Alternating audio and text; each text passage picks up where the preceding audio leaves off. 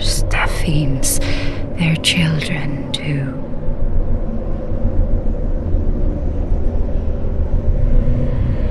And their children forever true.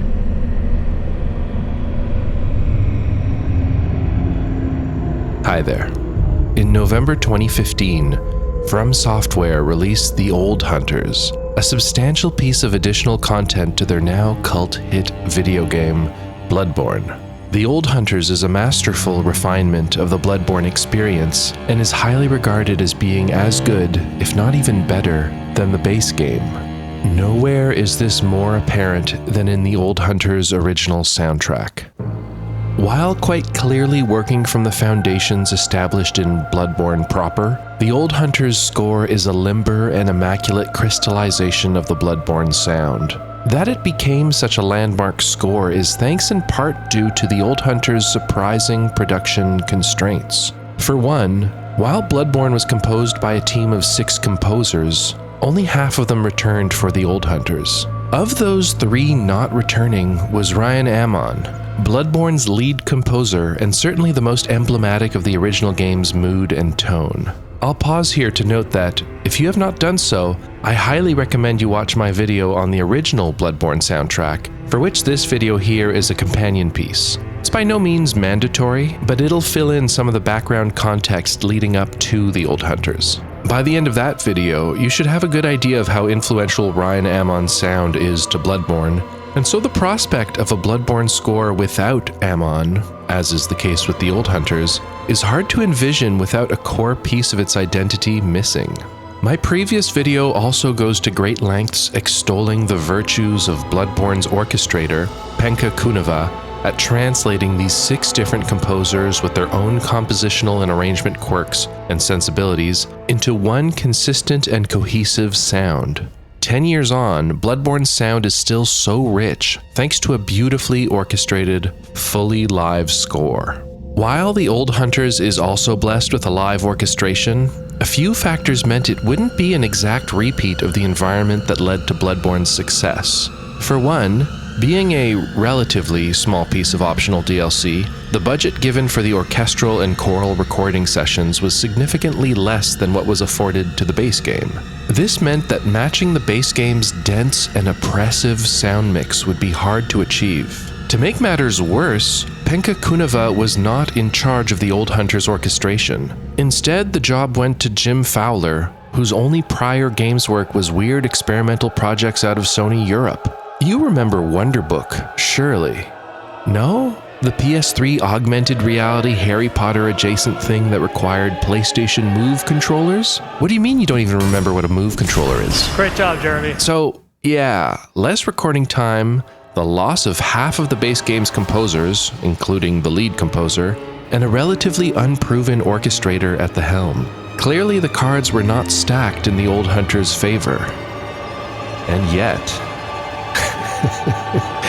and yet... The soundtrack to The Old Hunters is comprised of only 5 tracks, one for each of the game's 5 bosses. There are no ambient tracks, no respite here in the Hunter's Nightmare, where the entire DLC takes place. The Hunter's Nightmare is a strange place indeed.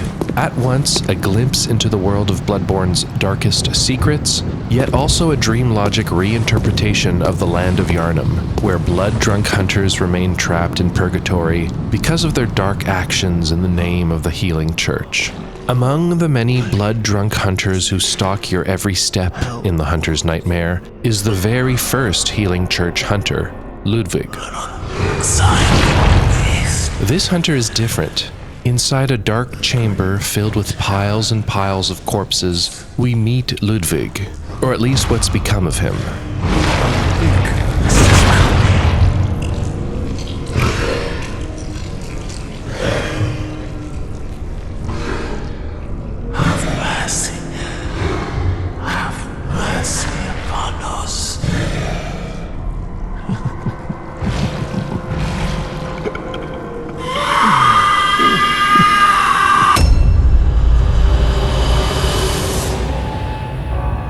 LUDWIG Ludwig the Accursed is a lurching monstrosity, and Nobuyoshi Suzuki's accompanying theme perfectly reflects his macabre cadence. The main section of this piece is built around a protracted viola melody that starts, stops, speeds up, and slows down. The underlying chords never really resolve, which keeps us in a perpetual state of unsettlement and uncertainty.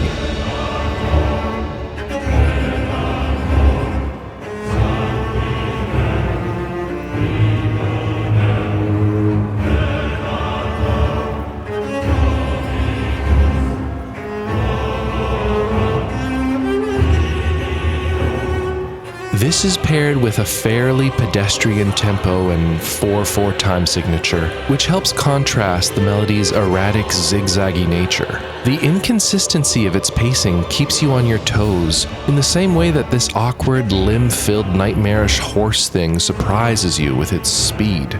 In my last video, I discussed how in Bloodborne, the use of a solo viola can often be associated with a hunter. This seems to apply in The Old Hunters as well, although with a new twist. It's less clear here if the viola represents us as the hunter here and now, or Ludwig's own past as a hunter himself. Or, given the atemporal dream logic of the hunter's nightmare, maybe it represents both at once. The viola is accompanied by a choir, perhaps the voices belonging to those whose lives Ludwig has taken in this very hall. Or more likely, the voices of the church and humanity's fears pushing the hunter to hunt. As the voices become more prominent in the mix, they begin to supplant the solo viola entirely. By the second verse, the choir and a larger string section have taken over the foreground, with deliberate, punctuated accents from the brass section closing out each bar.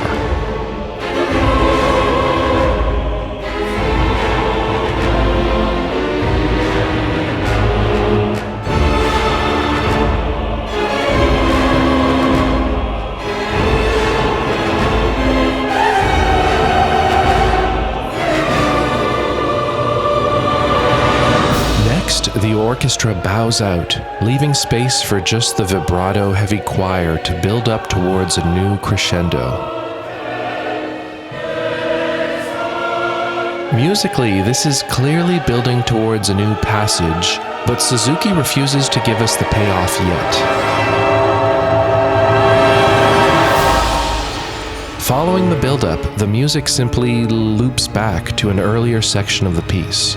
Just like the hunters caught in the hunter's nightmare, we are stuck in an endless cycle, deprived of a sweet death. In the base game, reaching a damage threshold on a boss triggers a second, more dangerous phase, which is accompanied by the music extending out its loop point. This is a decent system that adds a bit of dynamism to the battle, although if you are unlucky and the track looped right before you hit that damage threshold, you could very well go on to win or lose that battle without ever reaching that new section of music. That's mostly how it functioned in Bloodborne, but for the Old Hunters, they've made two significant tweaks to the formula. One, a more immediately responsive music trigger system, and two, a starker contrast between the music phases. The implementation varies from one track to the next, but nowhere is this more apparent than in the battle against Ludwig. Reaching a set damage threshold has no immediate impact on the music. Instead, the battle is interrupted by a cutscene of Ludwig stumbling upon his precious holy moonlight greatsword, and with it, some semblance of his prior humanity. As the cutscene begins, the Phase 1 music continues to play out a bit longer, before quickly cross-fading in the beginning of Phase 2, along with a strings crescendo to help mask the transition.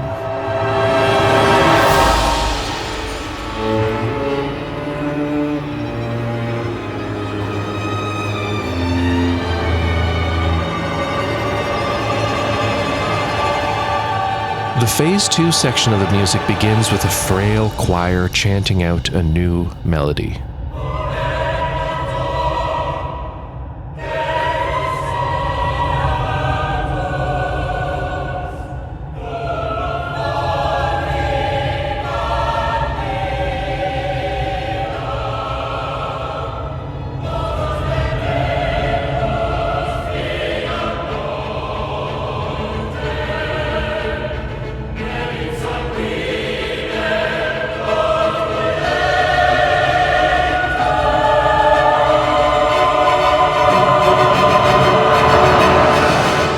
musically distinct from the Phase 1 melody, they both share Suzuki's penchant for very long, sing-songy phrasing.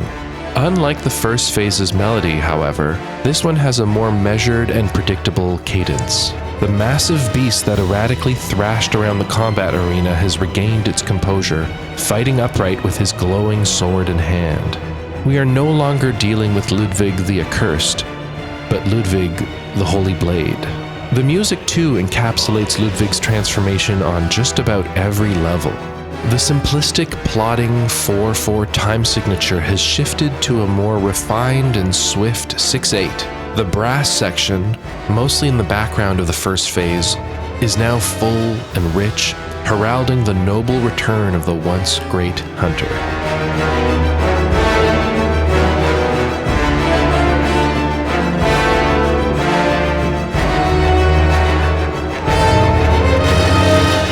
Throughout The Old Hunters, I found it easy to associate the use of the commanding power of the brass section with law and order and the powers that be.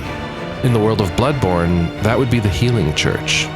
But if the brass partially represents religious might, then the strings represent their dirty work, that of the hunters. And of course, a hunter is never alone. The lone viola from the first phase has been bolstered by the entire orchestra's strings section.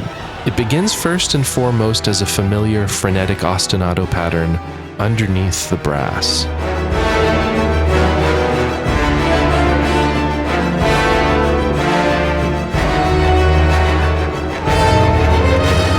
I theorized in my first Bloodborne video that a high-pitched ostinato pattern on violins could often function as a loose leitmotif for the many beasts that hunters must hunt.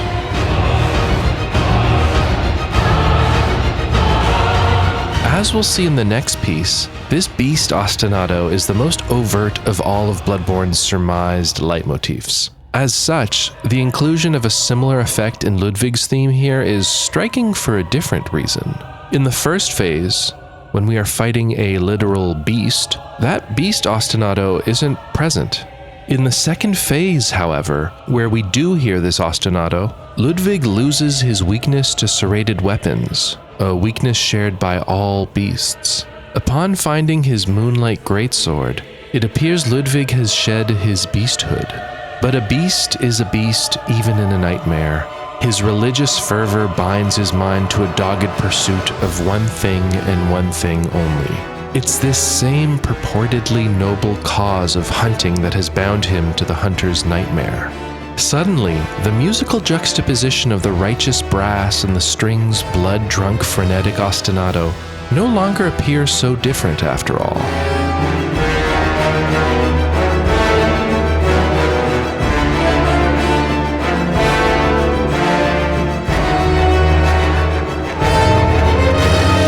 Is a hunter's beastly killing intent really all that more elevated than that of a typical beast? It's a truth even Ludwig himself admits in the end. Relegated to nothing but a dying, bloody head, Ludwig asks you if the church hunters were as noble as he had hoped. Should you answer his question honestly, he admits, "Oh my, just as I feared. Then a beast-possessed degenerate was I, as my detractors made eminently clear."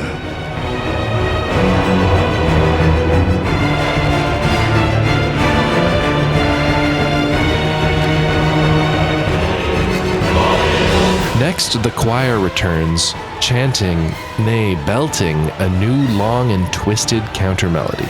It has a more shocking, panic-stricken energy than just about any choir we've heard before in Bloodborne. Here, the strings ostinato are at a crazed, near-dog whistle register, with the brass lifting the low end with pointed accents and further accentuated by massive cymbal crashes at the end of the bars.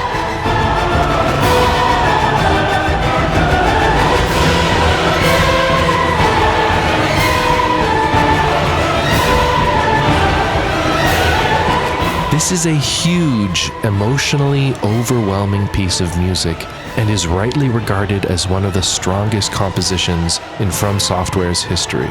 While it's easy to see the two phases as two distinct, separated pieces of music, In practice, they are inextricably linked.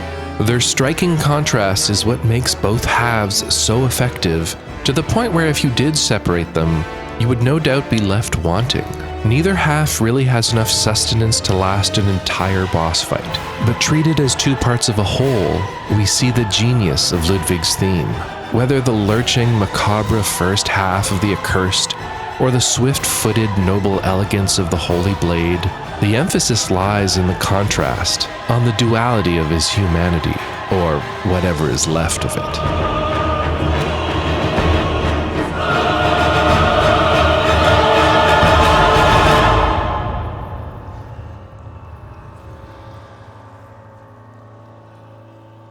Despite Bloodborne's score coming from the minds of 6 different composers, one of the main reasons it was still sonically cohesive was thanks to the strict, shared musical canvas that all composers and the orchestrators were limited to. The unified and consistent sound is a crucial part of what makes Bloodborne Soundtrack distinct among From Software's Souls-like discography. It also means brief subversions, such as the inclusion of a piano in Mikolash's theme, were all the more striking and noticeable. But of all of the illicit instruments Bloodborne uses to subvert expectations, none are as natural a fit as the one prominently featured in the theme of LAURENCE, the first Vicar.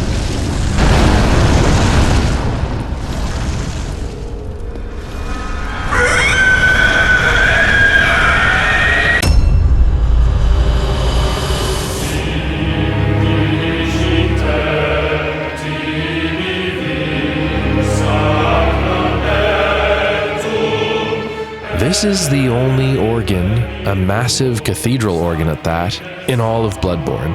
Although hearing it here is so natural and thematically appropriate that you'd be forgiven for not finding its inclusion particularly surprising or unexpected. After all, here we are facing the first vicar in the Grand Cathedral of all places.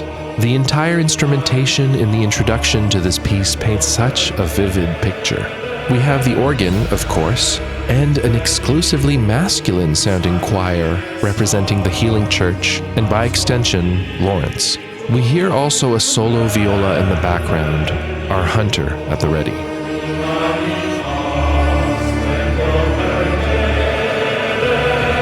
As the choir cries out for blood, we hear a familiar violin ostinato.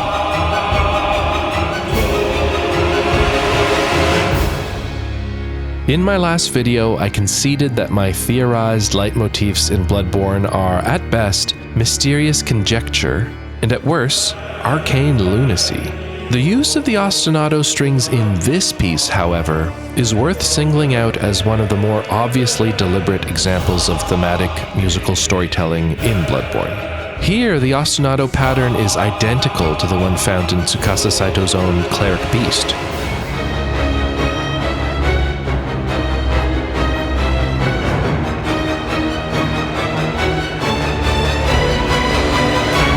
Lore-wise, this, of course, makes complete sense. We learn in The Old Hunters that LAURENCE would go on to become the very first Cleric Beast, something immediately apparent when you compare his design to the other Cleric Beast we fought at the very beginning of Bloodborne. Saito's Cleric Beast theme is also repurposed in our battle against another Vicar, Amelia, which, if you recall, took place in the non-Hunter's Nightmare version of the Grand Cathedral. All told, Laurence's battle holds a lot of thematic resonance, and Saito's new composition admirably matches those emotions with a novel mix of the familiar and the unknown. The similarities don't end there. The next passage moves to a new choir counter melody, exceptionally similar to one used in Cleric Beast. The most obvious difference between the two is the faster tempo of Laurence's theme, perhaps symbolizing his fiery desperation.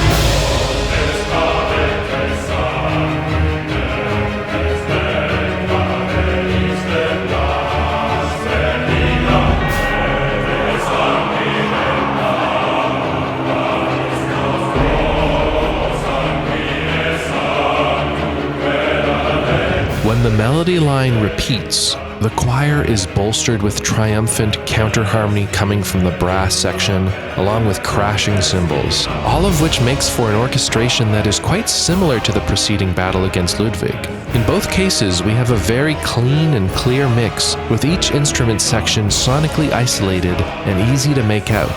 This new orchestrator might be onto something.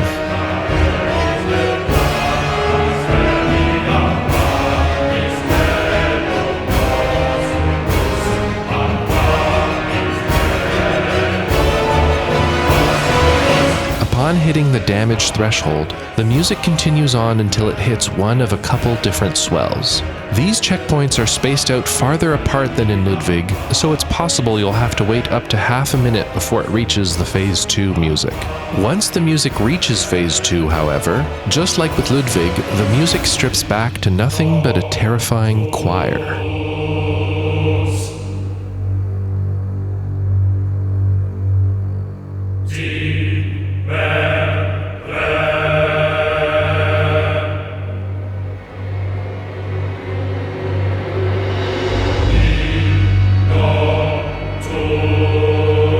So good. The piece begins to build itself back up, first the organ, then the strings and brass, before eventually leading to one of the most beautiful moments in the entire score, an intimate conversation between just the organ and a massive viola solo, the Hunter's Plight.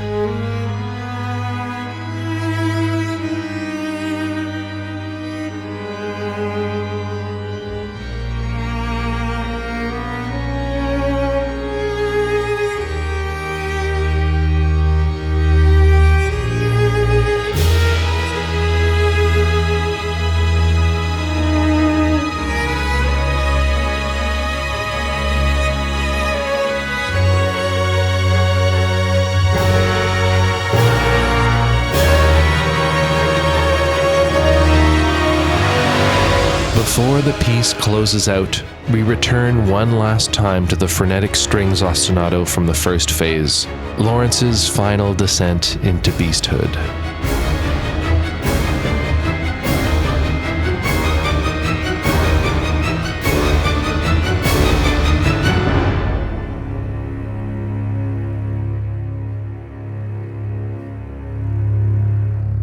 One of the greatest strengths of the Old Hunters score is that it perfectly carves out its own identity while still being broadly faithful and in line with Bloodborne's established musical conventions. The score threads the needle of being neither derivative nor out of place, and while the highest of honors should go to the composers for accomplishing this, I also want to highlight how much Jim Fowler's orchestration allows the strengths of the compositions to really shine.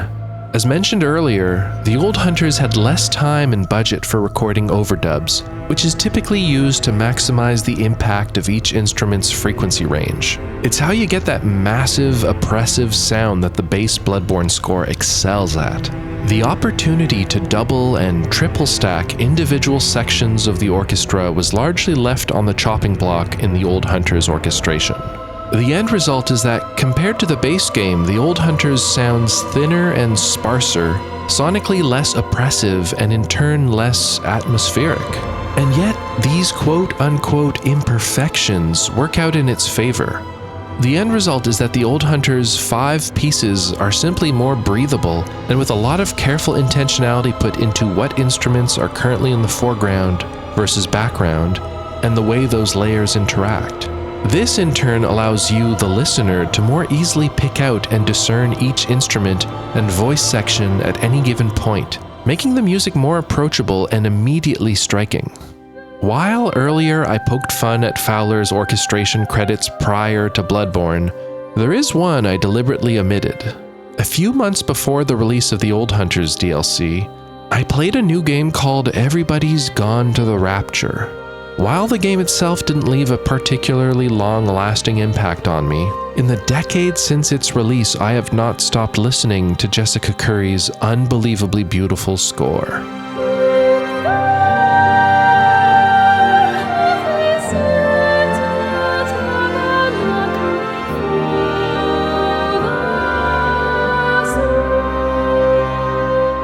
Curry's score truly has some of the most beautiful choir and orchestra use I have ever heard in a video game, period. This is one of my absolute favorite scores, and when I recently found out that it was Jim Fowler who orchestrated it, everything clicked. Everybody's Gone to the Rapture sounds almost nothing like The Old Hunters, yet both share a mastery of sound control. The way he implements dramatic dynamic range to maximize impact means no matter how many instruments are present, when something needs to hit big, it hits big. You can hear, too, the intentionality in what instruments are the focus at any given moment, thanks to his very clean yet malleable delineation of foreground and background sounds. This epiphany helped me realize that The Old Hunters doesn't just sound good because its tighter recording budget led to a less crowded mix. No, it sounds good because Fowler knows how to get the most out of each instrument's range, regardless of how many instruments he's using. It's one of the reasons why you might have raised an eyebrow when I said The Old Hunters doesn't sound as big as the base game. He's done such a good job at bringing out the most out of each instrument that even though the whole thing is a lot more breathable, it still sounds absolutely huge when it needs to. While I could go into a lot more detail about how he achieved this, I'll point you instead to the GDC 2016 talk Jim Fowler and Penka Kuneva gave on exactly that. Besides, we've got to keep moving. We still have 3 bosses to cover. One of my favorite parts about The Old Hunters is finally being able to put a face, or in some cases a snout, to characters like Ludwig and LAURENCE, and eventually Lady Maria and Kos, or some say Kozum. In the base game, these characters are only mentioned in whispers, but their actions can be felt throughout the world of Bloodborne. Our next boss, however, is a more humble affair. Having seen the Healing Church's horrific experiments inside the research hall, we ascend to the Lumenwood Garden. There, unceremoniously with no introductory cutscene to call their own, our next fight begins.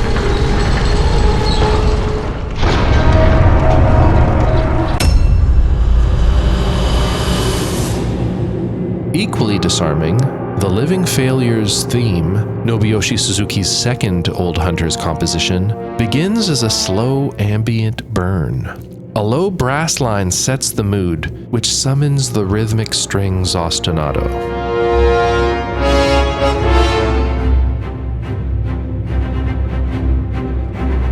Although unlike the beast-coded ostinato from before, this one is telling us something else entirely.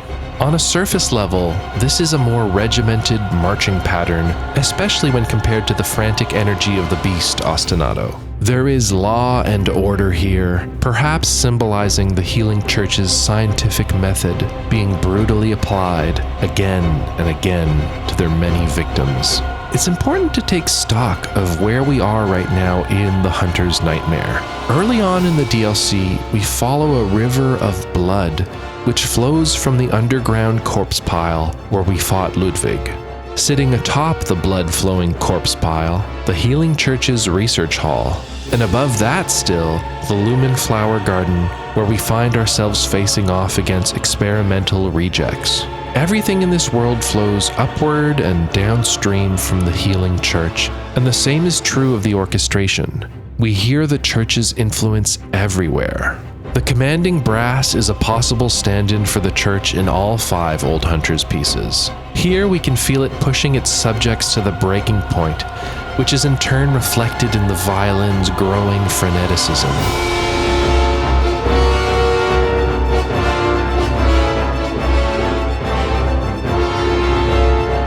Listen also to the choir, obeying the brass's melody by repeating it verbatim.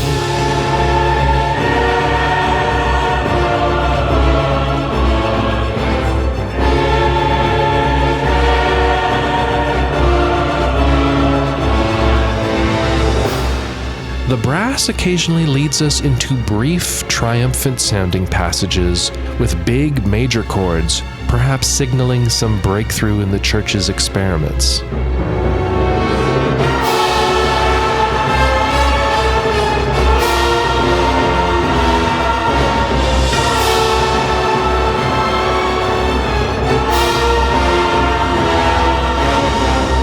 These major chords are a rarely used texture in all of Bloodborne. Not since our battle against the cosmic Ebriatus have things sounded so revelatory.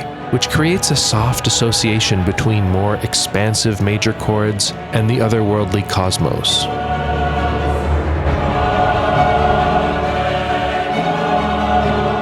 But those major chord pivots are always fleeting. The scientific process is full of painful trial and error, and so it isn't long before we return to our more rigid ostinato groove.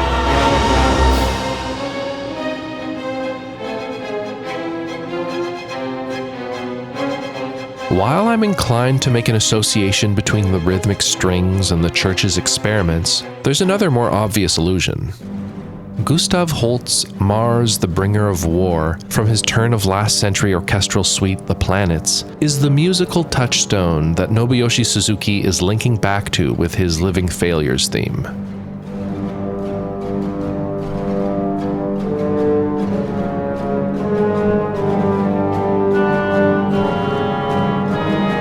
Or maybe it reminds you of John Williams' vast suite of Star Wars music, eternally indebted to Holst's Planets.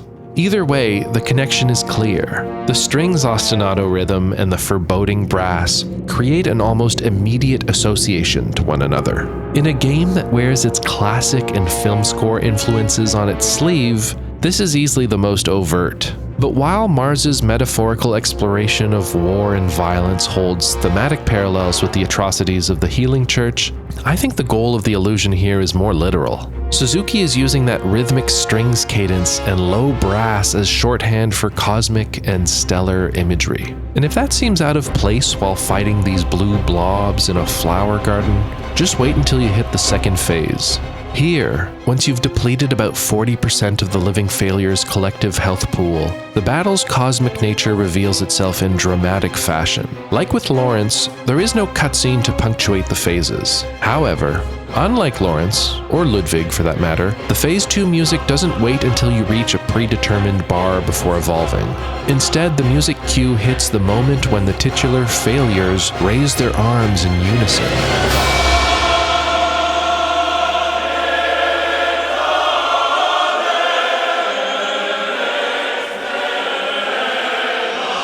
Here, the Phase 2 music kicks in irrespective of where you were in the Phase 1 music. On paper, from a music design standpoint, having the trigger tied to a visual animation can lead to a clumsy transition, with the tempo potentially stumbling a bit. But in practice, having the music timed instead to the rhythm of the battle itself adds to the element of surprise. The way Phase 2's dramatic, sorrowful choir hits in time with the Living Failures raising their hands in unison, revealing that the sky and the cosmos are, in fact, one, it all makes for one hell of a powerful moment.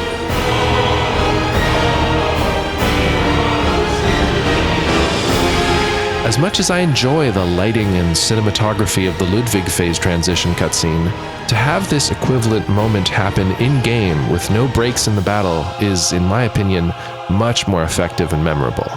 But like with LUDWIG, there's a fair bit of overlap in terms of how Suzuki contrasts the two music halves. Phase 1 is a slow rhythmic build-up in 4/4, while the second half is a relentless climax, built around long, continuous melody lines in a quick-footed 6/8 time signature.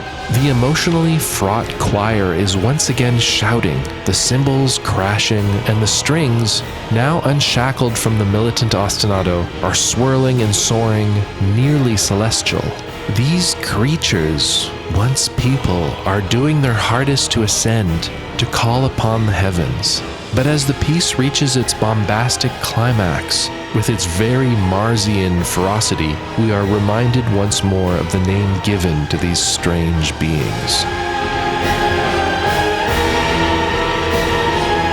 Another comparison worth drawing here is to the Living Failures counterpart from the base game, the Living Successes, if you will, better known as the Celestial Emissary.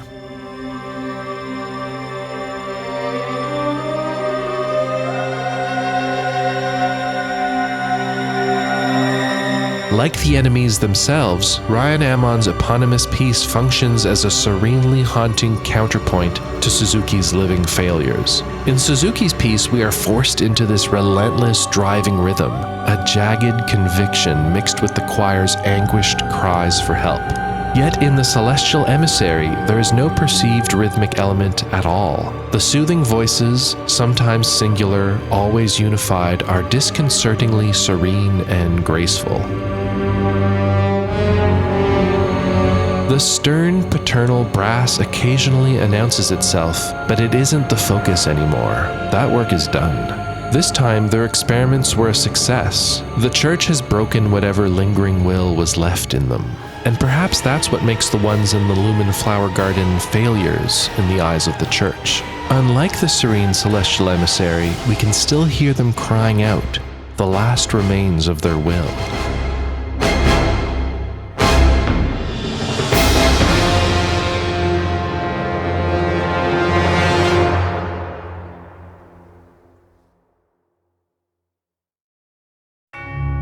The Living Failures ends Nobuyoshi Suzuki's work on Bloodborne's soundtrack. I can think of few composers who, on paper, contributed so little to a score, yet inversely have left such a big impact on our collective memory of the entire thing. The trajectory his career has had in the 10 years since Bloodborne has been unexpected, to say the least. Suzuki would follow up his acclaimed work on Bloodborne with a sole contribution to Dark Souls 3 in the form of the somber, organ-heavy Deacons of the Deep.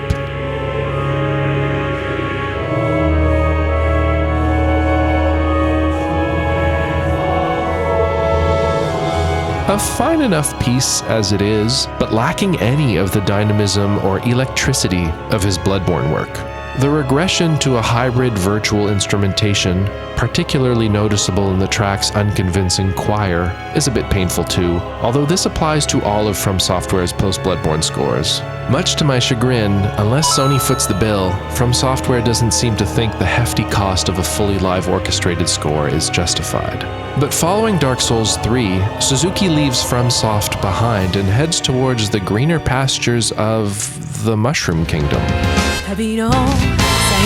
That's right. For approaching a decade now, Suzuki has been at Nintendo working as a sound designer and as an occasional lyricist. The Japanese version of Super Mario Odyssey's theme song?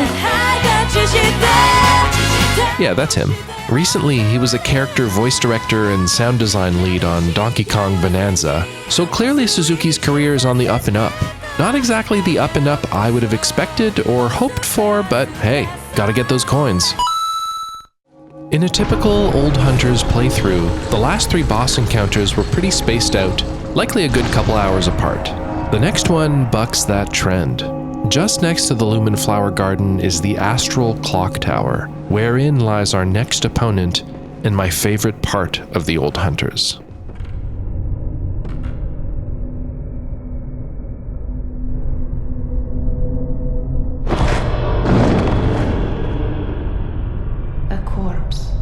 Should be left well alone.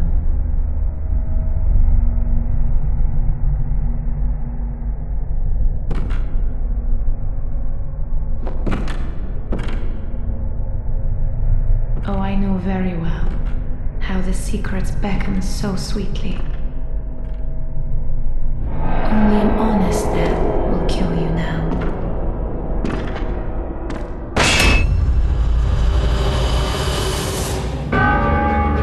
Yuka Kitamura's sole contribution to the Old Hunters score opens on bells ringing. This is perhaps not too unexpected, given as we are fighting Lady Maria inside the Astral CLOCKTOWER, but this is the first time Bloodborne has used bells not just as a diegetic layer, part of the ambient soundtrack, but rather a key instrumental texture timed and tuned to the music itself. Like with Laurence's church organ inside the Great Cathedral, the Old Hunters allows itself to color slightly outside the pre-established Bloodborne instrumentation lines in an effort to ground and further contextualize not just who we are fighting, but where we are fighting. The bells are complemented by unnerving strings ostinatos blanketing the sound mix. Very distant relatives of the Beast ostinato, but sounding deeper and more anxious. Notice too the eerie horror movie high sustained notes, panned far left, and the ominous brass, panned right, which all help to create a subtly claustrophobic feeling of dread right from the start.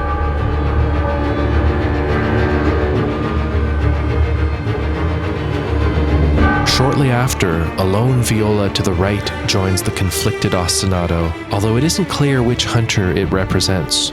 After all, there are two of us here.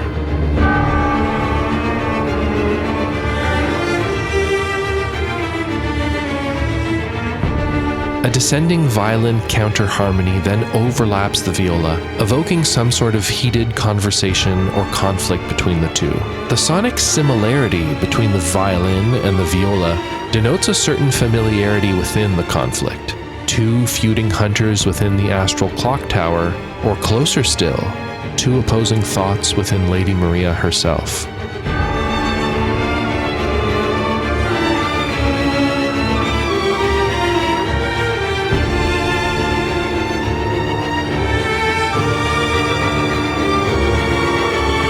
As a brass line is introduced, the feuding strings attenuate, leaving us with a truly luscious tapestry of violin and brass layers.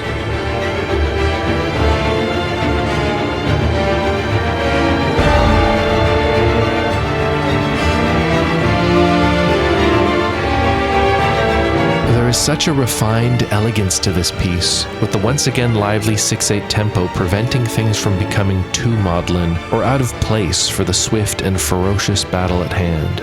But there is an earnest beauty and sadness here too, devoid of the horror and menace found in most of the Bloodborne score. The only other piece with a similar level of melancholia is in Tsukasa Saito's The First Hunter, in our battle against Gehrman.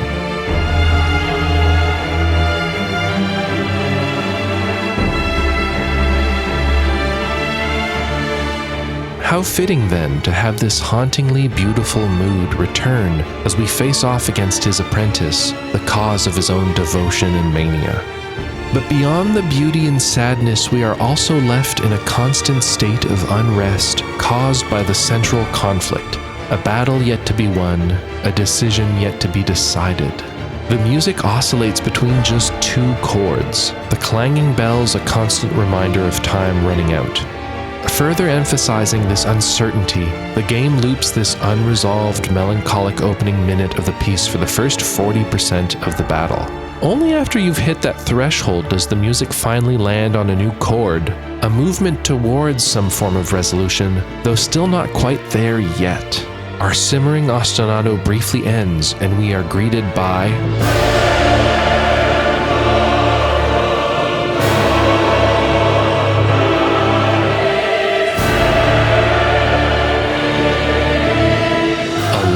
unified choir that builds and builds on the unrelenting tension and indecision of the first phase. There are still no answers to be found here. The choir and orchestra remain anxiously unresolved, the music still in conflict with itself.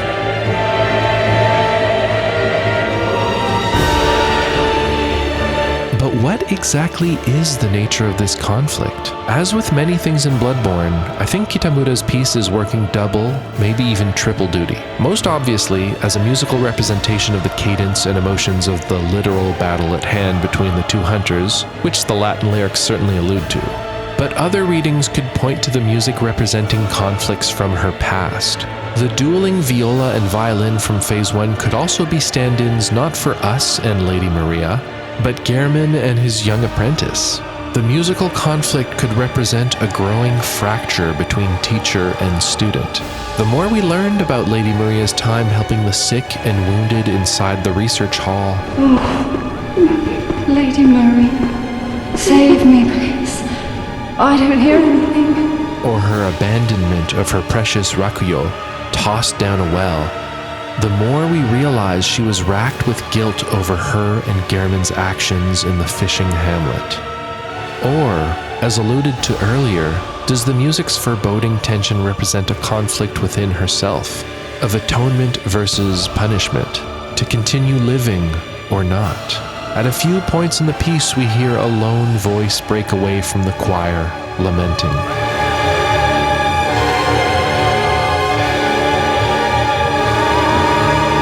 And when we find Lady Maria inside the astral clock tower, she is sunken in her chair, unmoving, with a large wound to her neck. Whether Whether Kitamura is deliberately telling us any or all or none of these aspects of Lady Maria, the overarching feeling of sorrow and indecision are bursting from the piece. That is, until you reach the third phase. Yeah, that's right, this battle has a third phase. Was this a From Software first? Because I can't think of any that came before it. Once you've taken off 60% of her health bar, Lady Maria finds her conviction.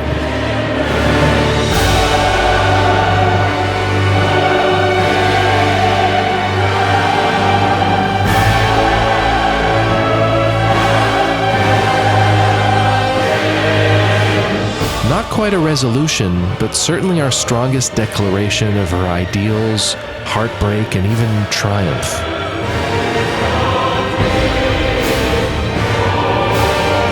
From a purely musical standpoint, we are still waiting for the piece to resolve on the home chord, i.e. the chord that gives us a certain sense of closure. But until the music moves to that chord, we are still left in this suspenseful, liminal state. Crescendo after crescendo, still we are denied resolution.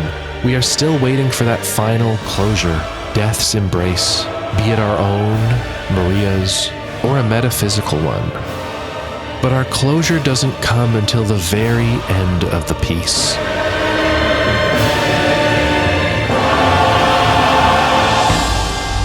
As the cold bell rings out, we finally get the chord resolution both the listener and Maria have longed for. Except that's not what actually happens. That bell that closes out the piece? You never get to hear that in Bloodborne. To hear that, you need to listen to the Old Hunters' original soundtrack, specifically the track Lady Maria of the Astral Clocktower, which is a compilation of the piece's 3 phases played out in consecutive order, followed by a unique outro. An outro that never plays in games, since statistically it is quite unlikely you beat the boss right as you reach this exact point in the music. Instead, in-game, once you reach the end of the track, it loops back to the beginning of the third phase before the bell would play. Thus, you never do get that beautiful bell and the D minor chord resolution ringing out. The piece is instead forever trapped in this purgatorial state, which makes for a very different thematic reading than the concise and complete version featured on the original soundtrack. In-game, whenever you finally do get the finishing blow, what should be the most triumphant moment in the battle, the music instead unceremoniously fades out.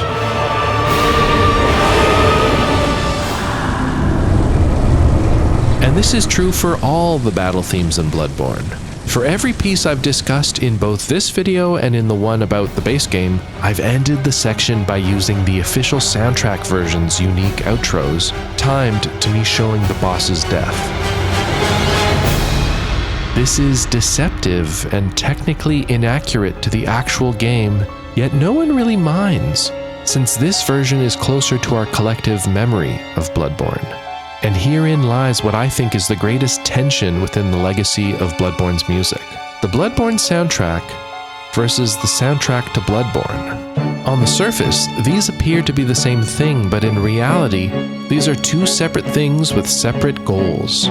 The official original soundtrack that you can listen to on its own paints the game in a way that it often isn't. In some ways, it's for the better, such as the perfectly edited battle phases that flow seamlessly into one another. Paired with the unique track resolutions, it turns these sprawling, repetitive pieces of music into something very digestible, satisfying, and cohesive. It also strips away everything that gets in the way of us really hearing the music. Using the game's default audio settings, the music is arguably way too low in the mix. It is frequently drowned out by the relentless attack sounds, cutting into flesh, explosions of blood, and blood-curdling bestial screams.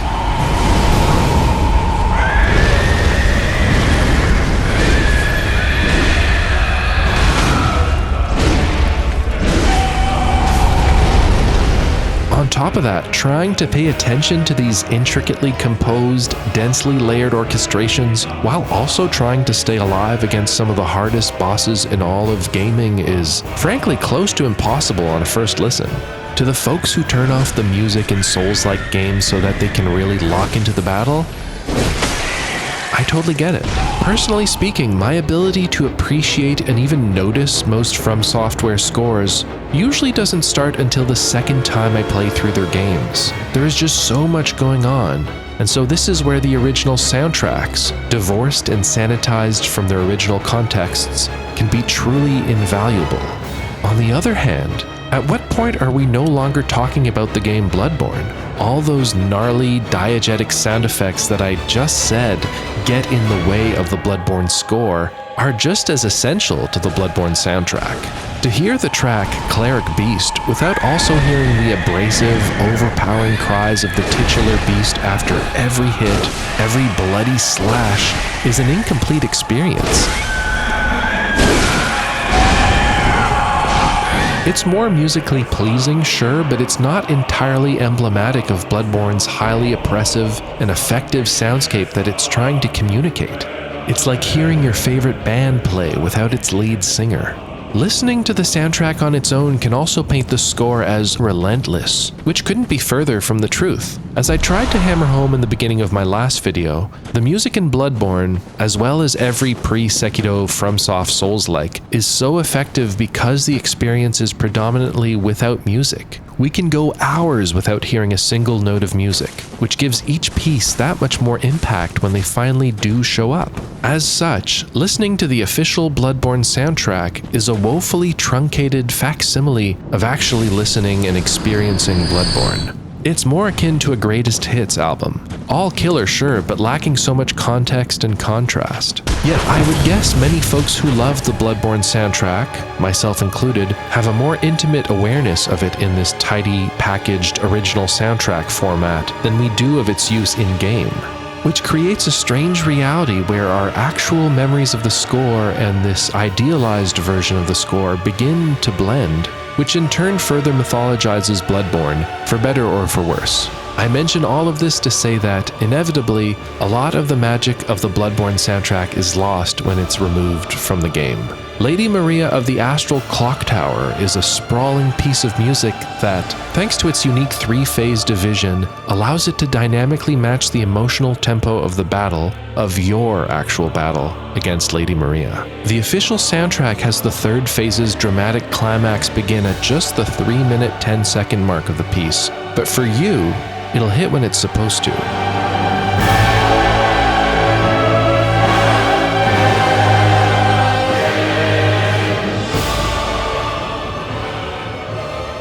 Following Bloodborne, Yuka Kitamura would go on to become lead composer on my personal favorite FromSoft game, Sekiro: Shadows Die Twice.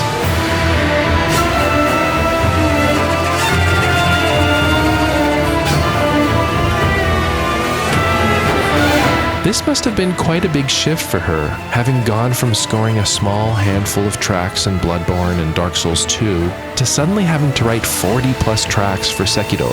Her work on Sekiro also redefined the Souls-like soundscape by having music no longer limited to just boss encounters and a few important locations. Sekiro begins the not as controversial as I would like trend of including ambient music in just about every area of the game, a practice upheld in Elden Ring. She also found time in there to score half of From Software's biggest black sheep, their lone PlayStation VR title, Déraciné.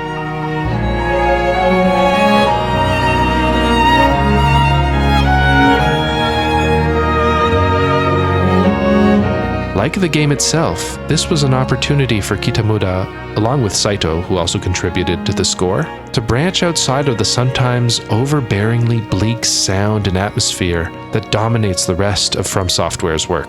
This occasionally more uplifting score foreshadows her leaving From Software in 2023 and going freelance.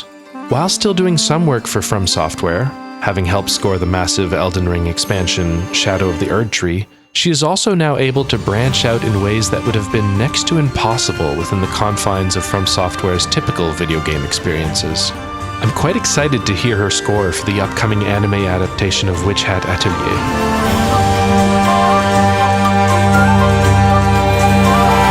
But for me, it's her Bloodborne legacy that's left the biggest impact. I'm confident Ebrietas, Daughter of the Cosmos, and Lady Maria will likely remain all-timers for at least another decade.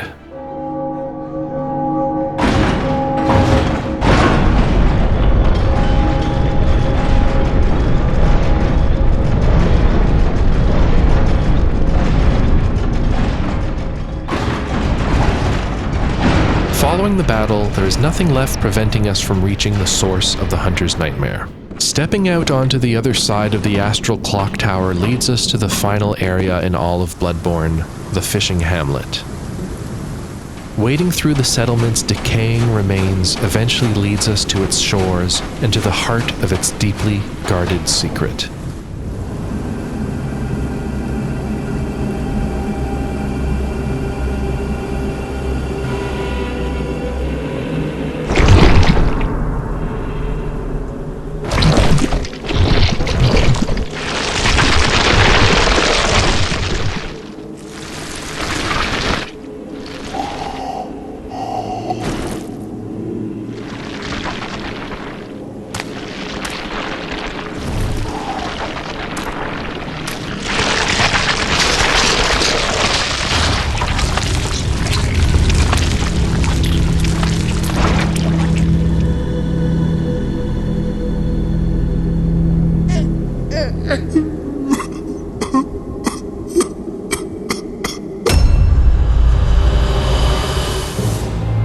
The opening of Bloodborne's very last piece of music harkens back to the types of sounds we heard all the way back at the beginning of the base game, namely a fragile atmospheric strings layer and a serene solo feminine voice.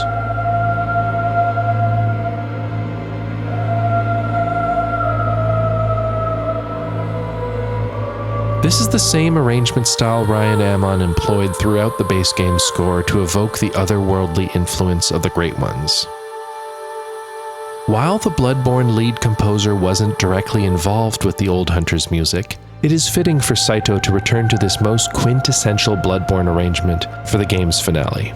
The prior 4 Old Hunters tracks dealt more with human and/or once human-like beings, which explains the lack of Ammon's more serene solo vocalist arrangement. Yet this isn't the case in the finale. We are in the presence of the Great One Kos and her orphan. Following our first swell, we hear the marching double bass ostinato pattern from the Living Failures, followed by a few low violas or cellos.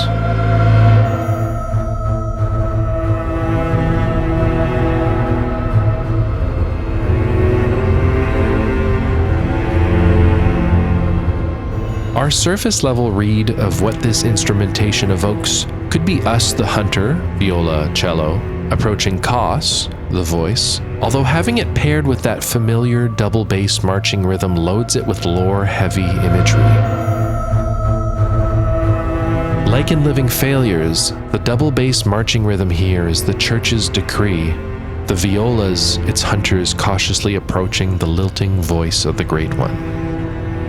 It could represent the actions of hunters like Ludwig, Gehrman, and Maria arriving at this shore. It would also explain why this isn't a lone viola we're hearing, but also a cello, since a hunter is never alone. It took the strength of many to commit these atrocities.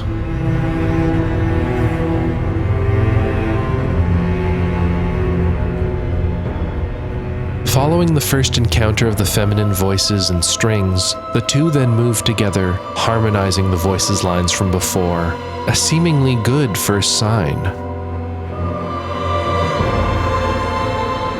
However, there's an exceptionally dissonant brass line that plays underneath the lead voices. It's subtly blended in so as not to be distracting, yet still produces a strong sense of unease.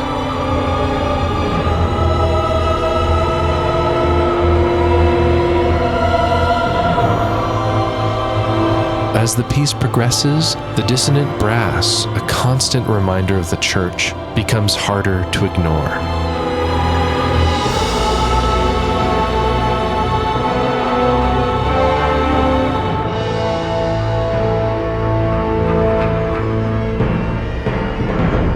Were the piece to end here, it would be a compelling retelling of how the church's first contact with Kos might have gone. Tsukasa Saitoh really nails the simmering contrast of the even-tempered vocals and the tautly wound, waiting to snap orchestra. Once Orphan drops to about 50% health, the second phase begins, causing the music to immediately shift to a new, darker passage. We open on sustained, disconcerting strings. Next, the cello and double bass repeat a familiar melody.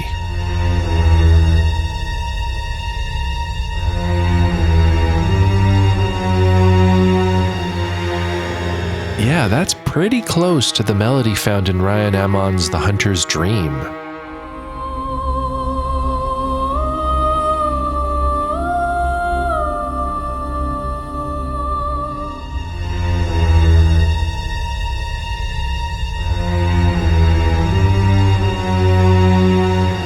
In my video about the bass game, I discuss how this particular melody is used in interesting ways across several pieces, often as a conversation between a feminine voice and a viola, the Great Ones and the Hunters.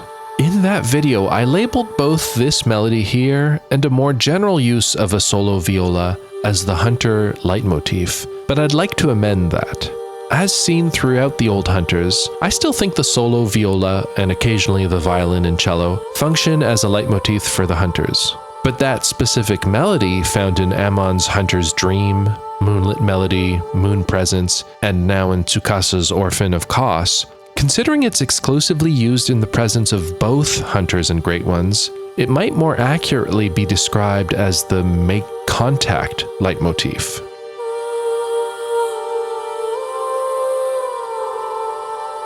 Just like with Ammon's Moon Presence, the reprisal of this make contact leitmotif ushers in a much darker, more violent development to the music. Following a big horror movie strings crescendo, we dramatically shift home keys, time signature, and tempo as a frenetic and all too familiar strings ostinato dominates the foreground.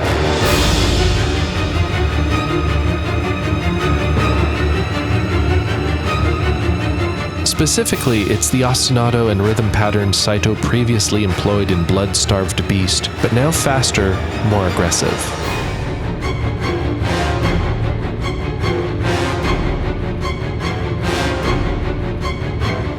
I don't think Saitoh intends you to draw any explicit link between Orphan and the Blood-Starved Beast specifically. Rather, he's evoking this particular permutation of the Beast leitmotif because of its menacingly distinct rhythm. The concluding phase of every Old Hunters theme up until this point has used a 6/8 time signature to drive the swift yet graceful pulse of the battle. The erratic 5/4 rhythm of the Orphan of Kos's theme paints a different story, a different kind of tempo, a different kind of rage. Like the battle itself, this piece is aggressive and raw in ways unlike those which came before. After another big swell, we move to spacious legato notes, once again evocative of our new retconned make contact leitmotif. The Beast ostinato continues in the background.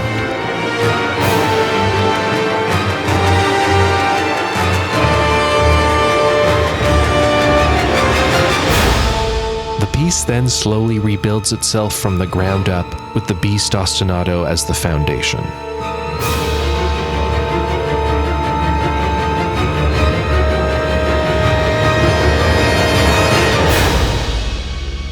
As the battle wages on, we begin to approach the grand finale.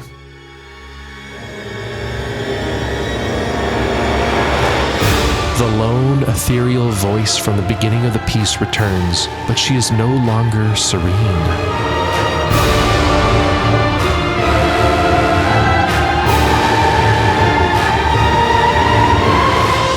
Innocence was violated by her contact with the Hunters and the Church and with humanity. This is why the Orphan is screaming at you throughout the battle. The audio mix is loud and oppressive. Bloodborne often employs the sheer power of the full-voiced choir to emphasize the dramatic climax of a piece. We heard it in Ludwig, Living Failures, and Lady Maria's finales, yet in Orphan of Kos, all we hear is a select few feminine voices singing out in a slightly lower register than usual. This is Koss's lament and hers alone.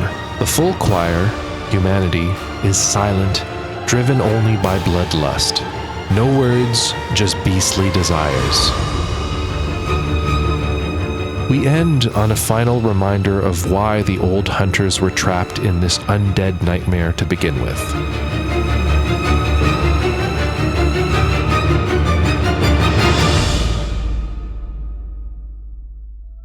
It is fitting we end on Tsukasa Saitoh, the only remaining Bloodborne composer still actively employed by From Software. Over the last decade, he's contributed to just about all of From Software's titles, and has acted as lead composer on Elden Ring and the Elden Ring expansion Shadow of the Erdtree.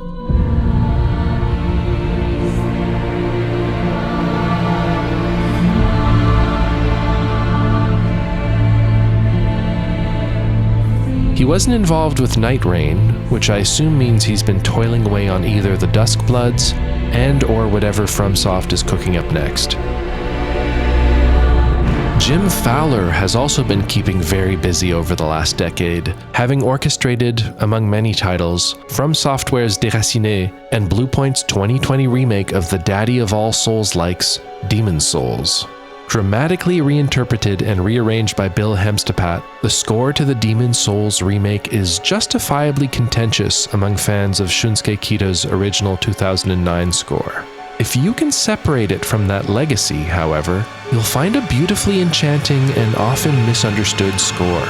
This was helped in large part by Jim Fowler's positively sumptuous live orchestration.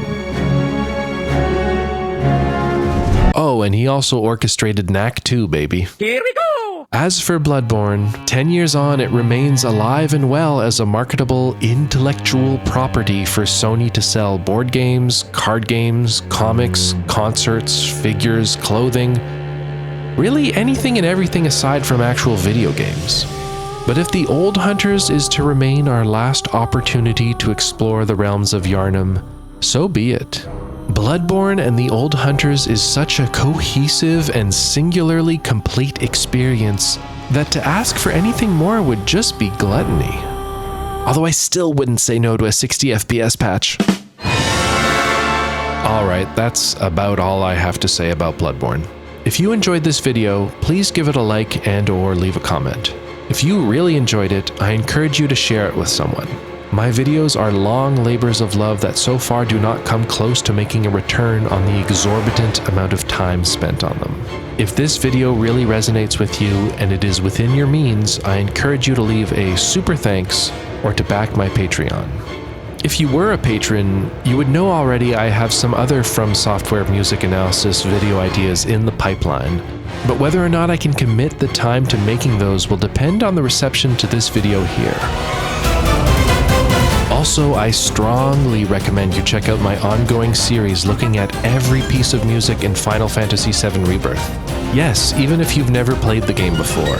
The Rebirth soundtrack is the most musically generous, varied, and technically ambitious score I think I've ever come across, which has made it the perfect vehicle for discussing in depth just about every possible aspect of video game music production. I encourage you to give it a shot. Lastly, I'd like to thank everyone who's humored my many interpretations of what the music in Bloodborne might be trying to tell us. While these are likely to forever remain loose theories at best, the way the game's score and world building are in such perfect lockstep means the more you listen to it, the more you start seeing or hearing these hidden, seemingly invisible connections.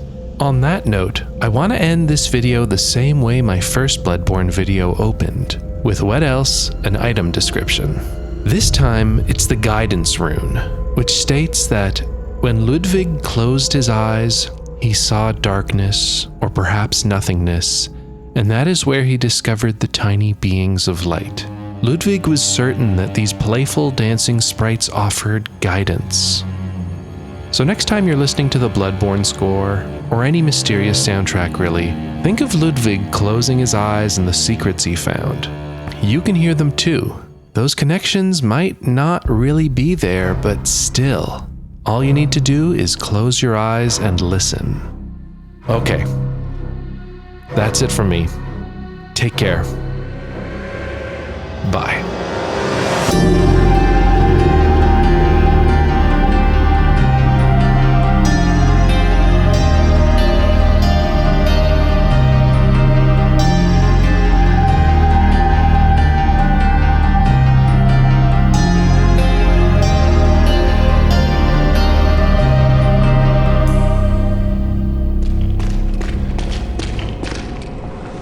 Good hunter, have you seen the thread of light?